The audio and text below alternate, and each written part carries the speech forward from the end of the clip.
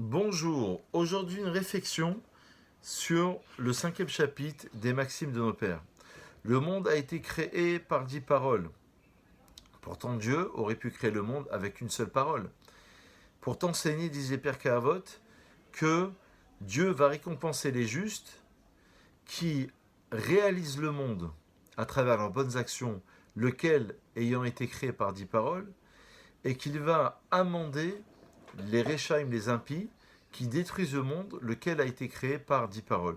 C'est pour te montrer que le chiffre 10, le Maharal revient longuement dans Derer Achaim sur cette notion du chiffre 10. Tout d'abord, Rashi précise que le monde a été créé par 10 paroles, parce qu'on a 9 fois pour la création du monde le terme Vayomer, c'est-à-dire que Dieu a dit que telle chose soit créée, et ensuite elle a été créée. Et ensuite, on a le mot Bereshit, qui signifie au commencement Dieu créa, qui est aussi une des 10 paroles. Donc ça veut dire que ces 10 paroles renvoient à 10 niveaux d'élévation du divin, aux 10 sphérotes, aux 10 sphères d'émanation de Dieu, aux 10 principes primordiaux sur lesquels Dieu a créé le monde. Donc ce sont les 10 sphérotes, les 10 Mahamarot, les 10 paroles de la création du monde, qui sont aussi, d'après le Gaon de Vina et le Maharal, qui sont en relation avec les 10 commandements. Donc vous pouvez mettre, si vous voulez, une relation entre les 10 plaies en Égypte, avec les 10 paroles de la création, et avec évidemment les 10 commandements. Il y a plusieurs lectures possibles. Une des lectures possibles, c'est de dire, citons un exemple ou deux, Anochi Hashem Elohecha, je suis l'Éternel ton Dieu, c'est le premier des 10 commandements. Ça serait en rapport avec Bereshit bara Elohim, au commencement Dieu créa les cieux et la terre. Et ainsi de suite, vous allez pouvoir trouver une relation. Certains établissent entre parenthèses la relation dans le sens inverse. Et évidemment que ça correspond aux 10 plaies en Égypte, parce que d'après le Gaon, les 10 plaies en Égypte, c'est une démonstration ultime de la présence de Dieu, de la démonstration de ces 10 plaies qui correspondent à 3 groupes de plaies, où on va faire comprendre à travers les plaies en Égypte qu'il y a un Dieu. On va ensuite faire comprendre que ce Dieu, la Hashgacha, la providence s'ingère dans le monde. Et ensuite, on va faire comprendre que c'est Dieu qui maîtrise véritablement le monde. Une réflexion qui est vraiment d'actualité aujourd'hui. Et donc, le monde a été créé par 10 paroles. Ça nous montre ne pas confondre Asara Mahamarot des Aseret Adiberot. Les 10 paroles des commandements portent le nom de Dibour, un lachon qui est plus dur selon Rashi, qui est plus imposant. Je suis Hachem ton Dieu, tu ne verras pas d'autre Dieu, tu feras le Shabbat.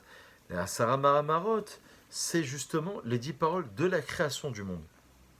La Chassidoute enseigne, pour conclure sur cette première Mishnah, du 5e chapitre des Maximes de nos pères, c'est qu'il va falloir maintenant établir une relation intrinsèque entre le monde spirituel révélé par les 10 commandements avec le monde matériel révélé par les 10 paroles lors de la création du monde. Donc les Aseret, Asara Mahamarot, les Aseret Adiberot doivent s'habiller dans les Asara Mahamarot. En français, les 10 commandements, on va essayer de les habiller dans le monde de la matière, dans la Asara Mahamarot. D'où la relation intime entre ces 10 paroles. Le chiffre 10 n'est pas anodin, parce qu'il renvoie encore une fois aux 10 sphérotes, aux 10 sphères à partir desquelles Dieu a créé le monde. Sphère enseigne que Dieu a créé le monde par 32 sentiers, dont les 22 lettres de l'alphabet, et évidemment les 10 sphérotes, qui sont en relation avec les 10 paroles de la création du monde, lesquels doivent s'habiller dans les Aseret Adiberot. Donc le but du judaïsme, d'après ce Mahamar chassidique, c'est de dire que dans toute notre vie, on doit essayer de faire la relation entre le monde matériel avec le monde spirituel. Je vais vous faire partager une dernière Mishnah des Maximes de nos pères de ce 5e chapitre. Alors, on nous dit dans ce 5e chapitre qu'il y a eu 10 générations de Adam jusqu'à Noé, pour t'enseigner combien Dieu a été Erech Hapaim, combien il a été patient, parce que toutes ces générations courrouçaient l'Éternel.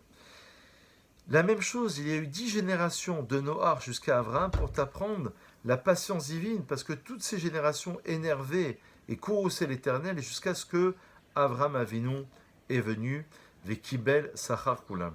C'est très intéressant parce que depuis la création du monde jusqu'au don de la Torah, il y a 26 générations. Abraham, Isaac et Yaakov, ensuite on arrive jusqu'à Moshe Rabbeinu. 26 générations qui correspondent à un des passages des Téhilim que nous lisons dans le Hallel, dans la prière du samedi matin, pardon. Le Odou Lachem Kitov. Louer l'Éternel, c'est un passage dans les psaumes, car il est bon. Il est bon parce qu'il a attendu toutes ces générations. Nous, parfois, on se met en colère. La Gemara dans Psachim, à la page 56, insiste en disant que celui qui se met en colère, Im chacham hu chochmato mistaleket mimenu. S'il est sage, il va perdre sa sagesse. Veim navihu, si c'est un prophète, nevoato mistaleket mimenu. Il va perdre aussi sa prophétie. Et donc la Gemara là-bas insiste énormément sur le fait de ne pas se mettre en colère, parce que c'est comme si on servait un Dieu étranger en nous, surtout dans cette période difficile dans laquelle nous vivons actuellement dans le monde avec tout ce qui se passe. On se doit de se canaliser et d'essayer de canaliser nos pulsions. Et donc là, ici, on l'apprend de Dieu. Combien Dieu a-t-il été patient? Combien a-t-il attendu? Combien a-t-il eu de Erech Hapaim? 26 générations. Il a dû attendre jusqu'à Moshe Rabbeinu, jusqu'à ce que Moshe Rabbeinu reçoive la Torah. Et toutes ces générations ont été suspendues grâce à la patience de Dieu. Alors il y a eu Noach, évidemment, il y a eu Avraham, comme on l'a vu à l'instant, Israël et Yaakov.